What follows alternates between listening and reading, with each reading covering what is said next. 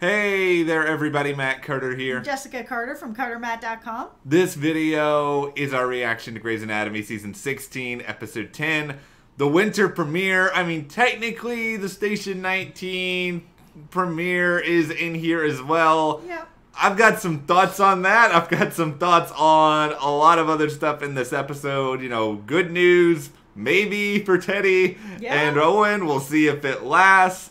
Other revelations. Not so good news for Maggie. Yeah, not so good news for pretty much almost everyone else on the show, I guess, other than the fact that the interns didn't die. But we're going to dive into a lot in this video. Before we do, if you like this discussion, give us a like, subscribe, and hit the notification bell. We will also have at the end a few teases for what's going to be coming up on episode number 11. Let's just start with the shenanigans of ABC's promo department. we should know better by now because they did this last season too with this "Are you ready for the epic Grey's Anatomy Station 19 crossover event?" Yeah, they make it into this big dramatic thing, and I don't want to compare this to One Chicago all the time, but when you watch a One Chicago crossover, it at least actually feels a lot of the time like a crossover. Yeah, I agree. And this time it really kind of didn't. It just felt like it was really just what was happening with that car that went through the bar, and that was really it. Yeah, they thought because they put, you know, Bailey, who has shown up on Station 19 a number of times already anyway. Of course. You know, but because you have Bailey in there and because you have Schmidt in there, and then all of a sudden you start to, like, brandish crossover on the top of it. And I don't want to say it's complete false advertising because one story did kind of go into the next, but it was sort of like, you know, there were a lot of things that happened on Grey's that had nothing to do with what happened on Station 19. Yeah, and it felt extra hurtful to watch everything that was going on with Bailey and Ben, and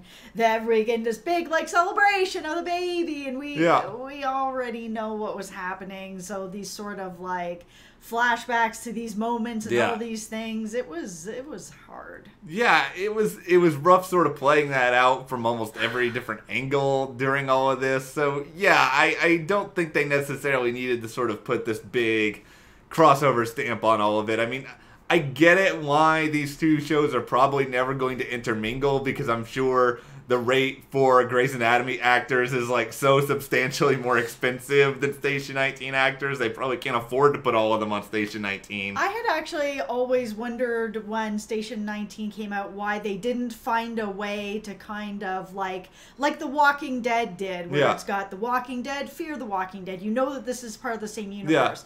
You've got Chicago Fire, Chicago PD, Chicago Med. You know it's all part of the same universe. Then you have Grey's Anatomy and Station 19, and the names of the shows don't feel like they flow into the same universe. So sometimes I even forget that these are in the same universe. Yeah, and I mean, other than the logos being the same and seeing each other's characters here or there, like, people on the street probably wouldn't have any real idea. I mean, this is mostly about Grey's. I mean, I will say, I think Station 19 does bring a lot to the table, but I think having a premiere that sort of has it be a crossover, it doesn't really do the show like its full, complete justice. But with Grey's, I think, let's start with something happy, because we're going to be dealing with a lot of sadness in here as well. Including a legit broken heart. Yeah, including like an actual broken... Schmidt, by the way, like, everything that's just, like, weird that can happen to a person happens to Schmidt on this show. Oh my god, that story was breaking my heart. Yeah, I know. That was a good story, I'm not gonna lie, I liked it. Schmidt is, like, #1 almost always on the needs a hug-a-meter with Grey's Anatomy, from the moment that he got, like, all the blood exploded on him early on in his run to now this, to just,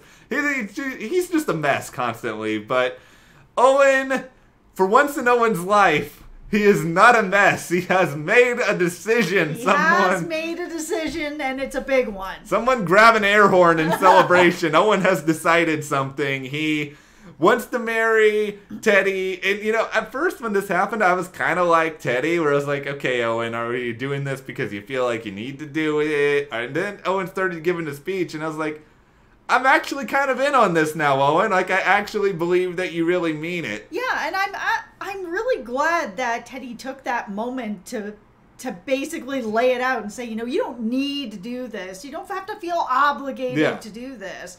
And that she didn't just say yes or no, that she stopped it and had a conversation with him, because Owen is somebody that when he's doing something like this, you need to have that conversation. Yeah. Owen is Mr. I used to be indecisive, but now I'm not so sure. Yeah, and that's why in a lot of ways Teddy's very good for him. And the fact that she had that conversation in the middle of a proposal, that's not usually the way that a proposal is going to go. It's either yes or no, or let me think about it. But because she knows him very well, and she knows that this could be something that is Owen going to be in this today and out tomorrow and into the next thing the next day, that she had that conversation. But in the midst of this celebration, right off camera, you have the entire Grey's Anatomy writing staff just like sitting there and just being like, not so sure, because there's some stuff happening here. Yeah, and there is. You know, you probably saw the promo for episode 11 already, and what we know is this. We already knew entering tonight there was a good chance that the baby was not Link's, that Amelia's baby could be Owen's. Yep. Owen doesn't know about this yet. No. Owen's probably going to find out about it within the next couple of episodes. Yeah, and I mean, that makes sense. Amelia's not going to hold on to this. She's not a horrible person who's going to keep something as important as this away from him. And I know it's a hard thing for her to have to face and to deal with that and to have that talk. And but I feel she's going to do it. So it's going to happen. Yeah. But this could be just sort of like throwing a grenade right into Owen's path, where all of a sudden he just completely unravels again, and we're back to this. And I always want to believe in Owen as a character. He drives me insane sometimes, but I also know that I think he has a good heart. I just think that he doesn't think enough in terms of like how his actions affect other people. And now, if he does something crazy here and decides to just be back on sort of going back and forth, it's going to drive me nuts. He's going to give me the disappointment condition if he goes back on that engagement. Yeah. Like, it's time for this character to evolve and grow and actually make this decision and fall into this decision. This is not a bad decision. This is a good, happy decision. The thing is, if the Grey's Anatomy writers really want to do what people do not expect, here's what you do with this. You have Owen find out the news and be like, okay, well, we will try to find a way to work through this. You know, I still want you, Amelia, and Link to be happy, and I am engaged. Like, the non-dramatic storyline would actually be the unexpected storyline at this point. Yeah, and I mean, I expect him to have some drama that's going to come with it. It's a huge revelation that he's going to learn about if it ends up being his and all of that. So, I mean, I expect him to be feeling confused and messed up and all that sort of stuff.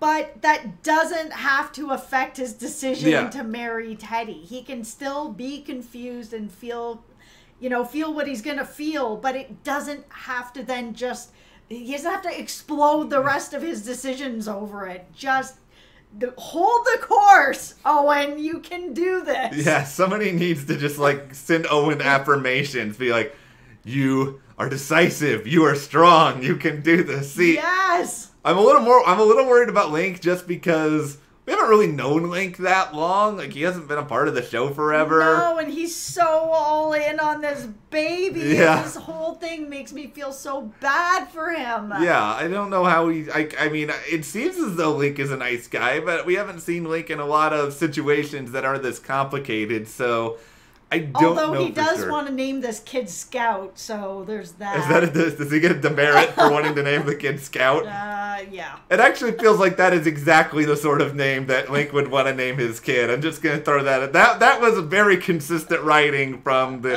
Krista Vernoff and the team on the Link baby name. I mean, he's a guy who goes by Link, which other than a main character in The Legend of Zelda, this is the only other time I've ever heard this. But all right, we got to get to some of the bad news. Maggie is going to be going through it Yep. Seemingly. Yep, she's been served. She's got a wrongful death going on, which happened with her cousin, and that whole situation was so difficult on her to begin with that I can't imagine what this on top of that is going to be for her. Maggie's going into a really dark timeline right now. And the challenging thing is, I know Krista did an interview, I believe it was with TV Line, that made it clear that there is a big storyline coming for somebody when it comes to mental health. And at first glance, I thought, okay, this is probably going to be Joe, because we still don't know what's happening with Alex, if Alex is coming back. But it's starting to feel like it could actually be Maggie, who is obviously going to be dealing with this. It's one thing to be dealing with a wrongful death lawsuit. It's another when it's a family member that's sort of at the center of it. Yeah, and then on top of it, she is also still dealing with her breakup. And, like, it's just, like, on top. Like, she really is getting pounded down this season. Yeah, she's getting really, really pounded down. And, you know, it was nice to see DeLuca show up there for her at the end of this. Because, I mean, they have their own history. But, you know, it was nice to see, okay, there's still some stability there. And DeLuca, by the way, moving into episode 11, DeLuca's going to be, you know, debating as to whether or not there's something that he can do differently with Meredith. Mereluca may not be over just yet, but there are no guarantees. No, there are no guarantees. I mean, I understand where he was kind of coming from, but, you know, it was hard to sort of just buy into that whole breakup and reasoning. And I get it, but then I don't. It was just, I just didn't want to see it happen, I guess. It was just felt like he could have worked through that.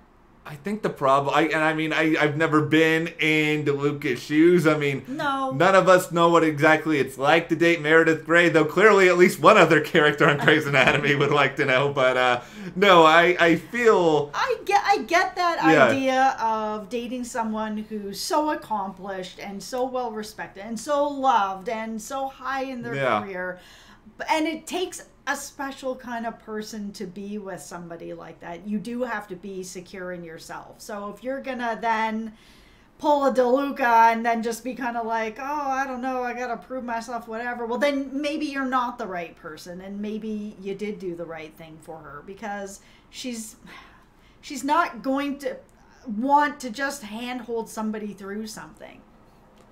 I think the thing is, DeLuca, he's still figuring out probably a certain part of himself. I mean, he is professionally. He's still, he might be able to come around, but I think the problem now is, and I don't want to go full OMG love triangle here, because we don't know if Grey's Anatomy is doing this just yet, but we have Cormac, which, you know, the show could do a better job, by the way, of actually identifying who he is, other than new doctor with a cool accent. Yeah, it's true. And I know that he could maybe be, but then I was also kind of thinking about Joe. And I know that things are not ended yet with Alex. I know that he's not on the show presently, and they haven't figured out what's going on yet.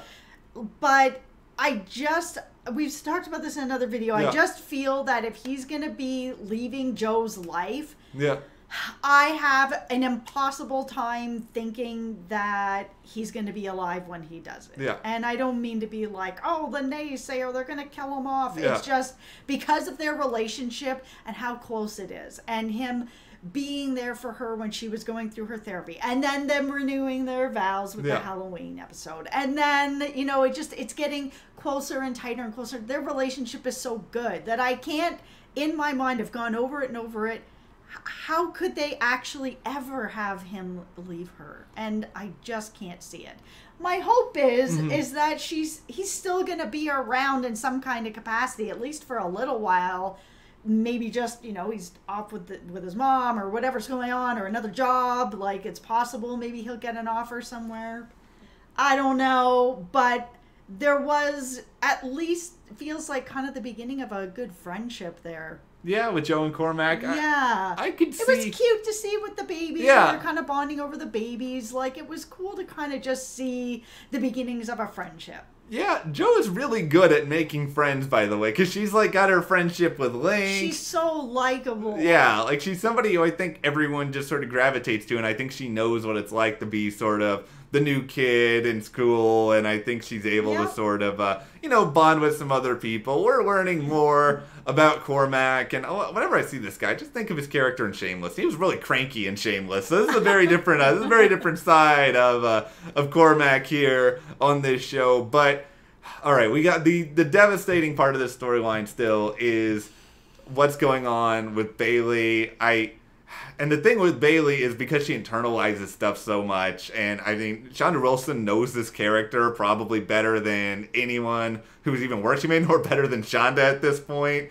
And the way that she plays Bailey, she is probably still the most underrated person on this show. She just can rip your heart out. Yeah, and she did. And yeah, she is underrated on this show, and she's such a great actress, and this character is... We're talking about people who have been through it or are going through it, like Maggie.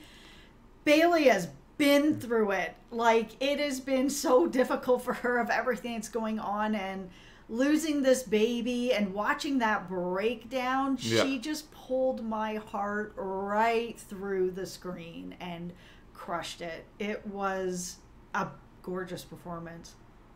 I think this could have ended even tougher than it did, and I think that scene they put in with Meredith at the very end of this, I think was really, really important, because I think Bailey, she has other support systems. She does. But Meredith, I think, is a very different sort of support system. She can relate and understand with Bailey in a way that not everyone else can, and I think also after everything that they just went through with her trying to get her license reinstated and all that stuff, it felt like a really important moment that needed to be there to just show that it's, they're back. They're mending. Things are still, no matter what happens, she's still there for her. Yeah, that friendship is really important. I thought the show lacked when it didn't have the two of them sort of getting along in some degree in the first half of this season. So I'm thrilled that is back. I mean, Bailey's still going to have a lot to go through, but in episode 11, it feels like the focuses are more going to be on Maggie, what she is dealing with, everything in the aftermath of Owen and Teddy and their engagement, and then also Amelia sort of recognizing that she needs to tell Link. She's going to tell Link. We saw that in the promo. Yep. We don't know where things are going from there. Yep. A lot went on these 2 hours, but once again, come on, Grey's Anatomy. You don't need to label this as a crossover just because you want people to watch Station 19. Also, please, Owen, don't break off your engagement when you find this out. Just hold it together. Yeah. We're here for you. You can do this. We are all here for you. You have a lot of people that are there for you, and also Nico, please keep healing Schmidt's broken heart. Oh, he needs that it. whole storyline I know. with Schmidt and the broken heart. It was such a weird feeling, because I was like, my heart was breaking for him, and then I was kind of smiling, because I'm just like, this is such a Schmidt story that he would have a broken heart over everything that's going on and what he did in the case with Meredith and his best friend and everything that was going in the hospital and him getting kind of shunned. Like, it felt like, it was as Schmidt as a Schmidt story has ever been on Grey's Anatomy. It was good. And let's hear from you guys. What did you think about the winter premiere? Where do you want it to go from here? Share in the comments. And if you did like this video, give us a like, subscribe, and you can support us further by checking that link in the description to the CARTERMATT store. And we'll see you here next time.